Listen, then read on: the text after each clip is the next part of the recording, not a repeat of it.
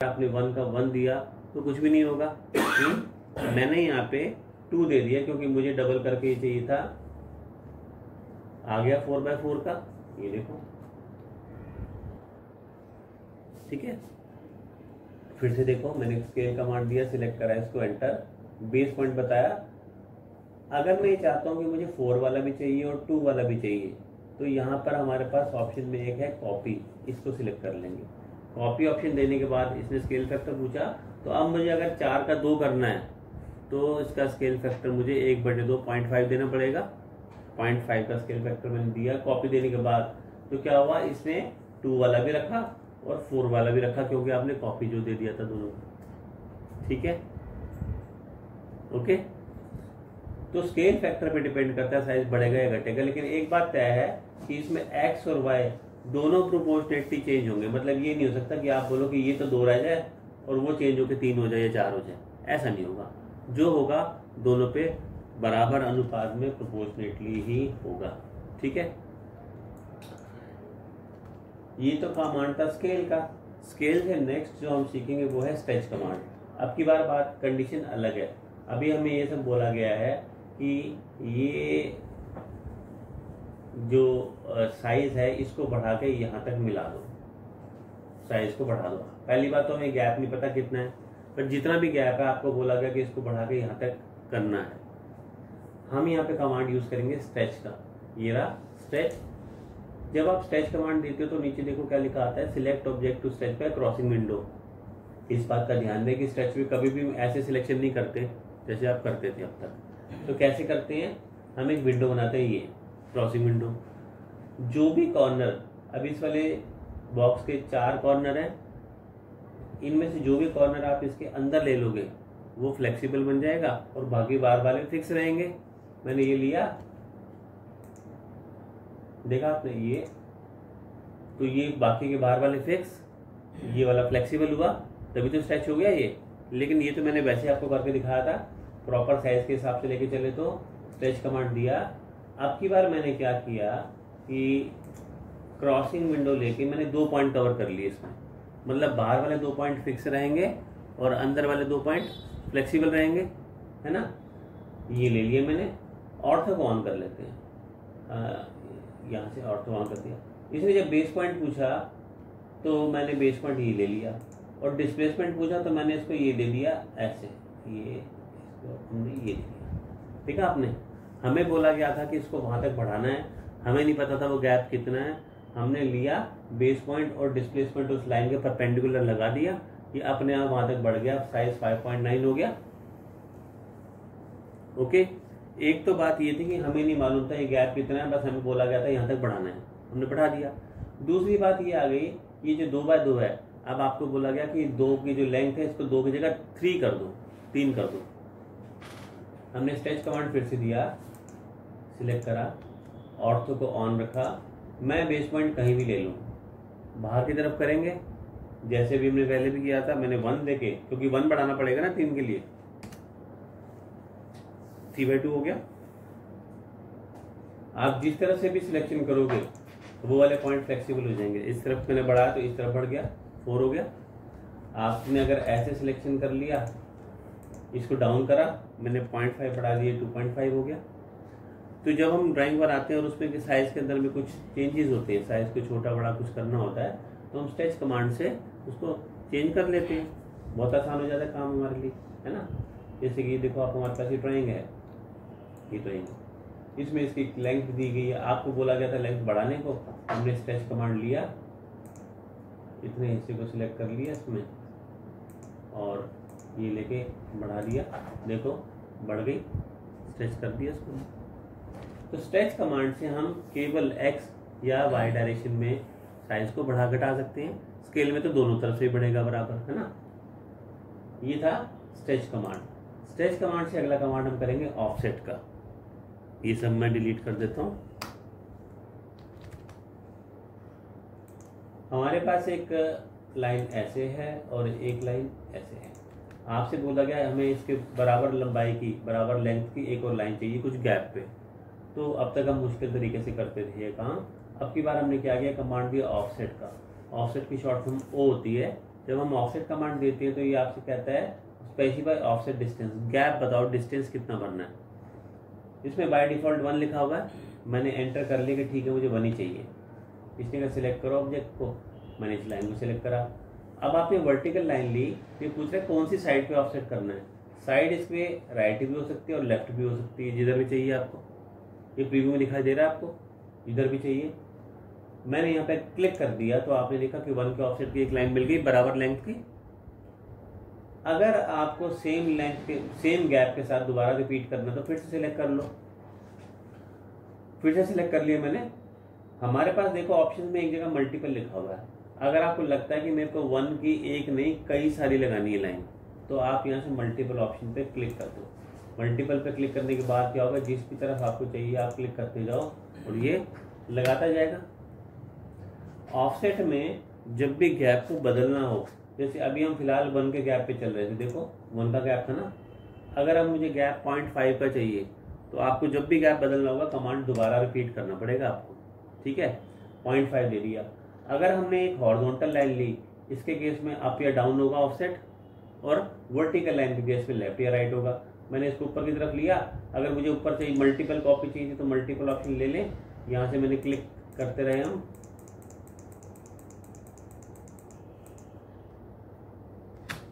देखा आपने multiple offset बन गया।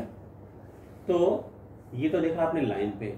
अगर हमने कोई रेक्टेंगल, पॉलीगन या सर्कल क्लोज्ड ऑब्जेक्ट बनाया होता तो ऑफसेट कमांड देने पर हम साइड लेते इनसाइड या आउटसाइड, अंदर की तरफ या बाहर की तरफ, ऐसे, ठीक है। यहाँ भी अगर मैं मल्टीपल ऑप्शन ले लूँ तो हम अंदर क्लिक करते जा रहे हैं, ये बनता जा रहा है, ठीक। तो ऑफसेट काफी इंपॉर्टेंट कमांड है, ये हमारे काम में यूज होता है इसका। ऑफसेट से अगला कमांड है ट्रिम का। ट्रिम का मतलब होता है कटिंग करना। हमारे पास एक ये लाइन है या एक ऑब्जेक्ट मान लो, अगर मैं यहाँ बीच में इसके एक ब्लेड लगा दूं तो इसके 2 हिस्से काटे जा सकते हैं, राइट और लेफ्ट। अगर हम इसमें 2 ब्लेड लगा दें तो उसके 3 हिस्से हो सकते हैं, राइट, लेफ्ट और मिडल। अगर मैं 3 ब्लेड लगा दूं तो 4 हिस्से होंगे, 4 लगा दें तो 5 होंगे, 5 लगा दें तो 6 होंगे। कहने का मतलब यह है कि जितने ब्लेड हम लगाएंगे उतने हिस्से हम इसके कर पाएंगे ना, ठीक बात है। अब तक आप क्या करते थे, ट्रिम कमांड तो आप अभी भी यूज कर रहे थे। अब तक आप क्या करते थे, TR एंटर करते थे, TR एंटर। एक्चुअली जब हम पहली बार एंटर करते थे तो नीचे लिखा था सिलेक्ट कटिंग एजेस। ऑटोकैड आपसे कहता था कि आप ब्लेड सिलेक्ट करो कि इसको आप ब्लेड मानना चाहते हो, और हम क्या करते थे, ऐसे में दोबारा एंटर कर दिया करते थे। इसका ये मतलब होता था कि हर एक ऑब्जेक्ट को ब्लेड मान लो, ठीक है। दोबारा एंटर करने का मतलब ये था कि हर एक ऑब्जेक्ट ब्लेड है, ठीक। फिर ये आपसे कहता था सिलेक्ट ऑब्जेक्ट टू ट्रिम, बस हमने डबल एंटर किया और अब हमें जो हटाना है वो हटाना था। तो हम क्या करते थे, ऐसे क्लिक करके जो जो हटाना होता था वो हटा लेते थे हम, है ना, डबल एंटर करके। अच्छा आप चाहो तो विंडो सिलेक्शन देखो, विंडो से देखो कितना आसान काम आसान हो रहा है। ये देखो एक ही बारी में गया, एक ही बारी में गया। लेकिन यहाँ पर देखो मेरी जो सबसे लंबी लाइन है ना, मुझको इधर का इस वाला हिस्सा हटाना था, तो मैंने बार बार इस पर कई बार क्लिक किया, तब जाके हम यहाँ तक पहुंचे, है ना, डबल एंटर किया था। देखो यहाँ पे तो डबल एंटर हमारे लिए आसान रहा, लेकिन यहाँ पे डबल एंटर हमारे लिए मुश्किल कर गया, है ना। ऐसे में मैंने क्या किया, ट्रिम कमांड दोबारा दिया। जब इसने आपसे कहा सिलेक्ट कटिंग एजेस मतलब ब्लेड बताओ, अब की बार मैंने एंटर नहीं करा, मैंने खाली जाके इसी लाइन को सिलेक्ट करा अकेले और एंटर कर दिया कि ब्लेड सिर्फ यही है और कुछ नहीं है, ठीक है। तो आप 1 2 3 4 जितने ब्लेड सिलेक्ट करना चाहो आप कर सकते हो। मैंने फिलहाल एक को लिया और एंटर कर दिया। जब उसने सिलेक्ट ऑब्जेक्ट टू ट्रिम पूछा तो मैंने इसको सिलेक्ट करा, एक ही बारी में पूरा क्लियर हो गया ना। वही काम जो हमने 10 बारी क्लिक करके किया था वो एक ही बारी में हो गया। तो ये डिपेंड करता है, इस कंडीशन में हमारे लिए डबल एंटर करना बेटर था और इस कंडीशन में ब्लेड सिलेक्शन करना जरूरी था। तो ट्रिम कमांड से किसी भी ऑब्जेक्ट का कुछ हिस्सा हम काट सकते हैं, वो लाइन, आर्क, सर्कल या कुछ भी हो सकता है, ठीक। ट्रिम कमांड का उल्टा जो होता है, ऑपोजिट, वो होता है एक्सटेंड कमांड। ट्रिम कमांड से हम कटिंग करके छोटा करते हैं और एक्सटेंड कमांड से बढ़ाते हैं। ये देखो हमारे पास एक लाइन है, मैंने कमांड दिया एक्सटेंड, यही ट्रिम के साथ ही एक्सटेंड है, इसकी शॉर्ट फॉर्म EX होती है। जब आप एक्सटेंड कमांड देते हो तो ये कहता है सिलेक्ट बाउंड्री एजेस। ठीक है, जैसे हम क्रिकेट खेलते समय सबसे पहले बाउंड्री डिसाइड करते हैं ना कि चौका छक्का कहाँ का है, वैसे ही हम यहाँ पे भी बाउंड्री एजेस को आपसे पूछता है कि बताओ बाउंड्री कौन सी है। अगर मैंने यहाँ दोबारा एंटर कर दिया, दोबारा एंटर करने का मतलब हो गया कि हर एक ऑब्जेक्ट को बाउंड्री मान लो। जैसे ट्रिम में हर एक को ब्लेड मान लो, वैसे हर एक को बाउंड्री मान लो। अब की बार मैंने जब इसे सिलेक्ट करा तो आपने देखा ये पहले यहाँ तक बढ़ा, क्योंकि हर एक ऑब्जेक्ट को बाउंड्री मानते चल रहा है ना, ये हर एक को बाउंड्री मानते हुए चल रहा है। तो देखा आपने ये बढ़ता जा रहा है, यहाँ तक आ गया है ना। अच्छा, मैं इस तरफ क्लिक करूंगा तो मना कर देगा, क्योंकि इस तरफ तो बाउंड्री है ही नहीं, यहाँ बढ़ेगा ही नहीं। मैं आपको लाइन पे करके दिखा रहा हूँ, ये आर्क पे भी अप्लाई करेगा।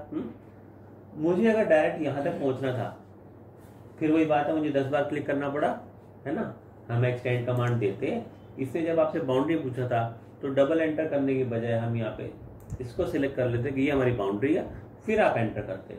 ऐसा करने पे डायरेक्ट ही आपको वहीं तक बढ़ा के देता है जहाँ तक हम इसको चाहते थे। ठीक है जी, तो ये कमांड है एक्सटेंड। एक्सटेंड से अगला कमांड हम करेंगे एक्सप्लोड का। मैंने ये एक रेक्टेंगल बनाया, ऑफसेट कमांड दिया, ये मैंने इसमें ऑफसेट अप्लाई भी कर दिया, क्योंकि मुझे चारों तरफ से बराबर चाहिए था गैप, मैंने इसलिए ले लिया। लेकिन आगे जो मुझे गैप चाहिए वो फर्क है। उसमें क्या है कि मेरे को राइट लेफ्ट का गैप जो है वो 1 रखना है, और टॉप बॉटम का जो गैप है वो 0.7 रखना है। समझ गए, डिफरेंट है दोनों तरफ से गैप। तो अगर मैंने ऑफसेट दिया और 0.7 लिया तो ये तो 0.7 करते ही मैंने सिलेक्ट करते सब तरह से बराबर ही कर देगा। बराबर तो मुझे चाहिए नहीं, मेरे को तो राइट लेफ्ट से 1 चाहिए और ऊपर नीचे से 0.7 चाहिए। ये बात तो बनेगी नहीं, तो क्या करें, आप ये देखो, इसके ऊपर फिलहाल पॉलीलाइन लिखा हुआ है, इस पे भी पॉलीलाइन लिखा हुआ है। मैंने यहाँ से जाके एक्सप्लोड वाला बटन इस पे क्लिक किया और इसको सिलेक्ट करा अंदर वाले को और एंटर कर दिया। ऐसे करने पे आपने देखा कि ये अब लाइन में कन्वर्ट हो गया। इसको तोड़ के इसने लाइन बदल दिया। ऊपर वाला अभी भी पॉलीलाइन है, देखो एक साथ सिलेक्ट हो रहा है, ये वाला लाइन है। मैंने ऑफसेट कमांड दिया, हमारा ऊपर नीचे का गैप था 0.7, मैंने ऊपर से भी 0.7 कर दिया, नीचे से भी 0.7 कर दिया।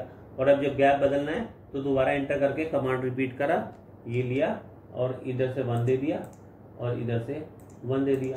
ठीक, यही चाहते थे ना हम, इसलिए तो हमने किया। अब बाकी का जो हिस्सा ठीक करना है, ट्रिम TR एंटर एंटर, यहाँ पे डबल एंटर करना ज्यादा आसान रहेगा ना मेरे लिए।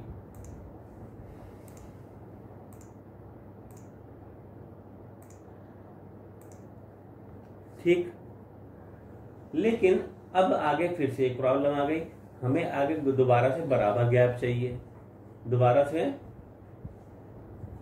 बराबर गैप चाहिए।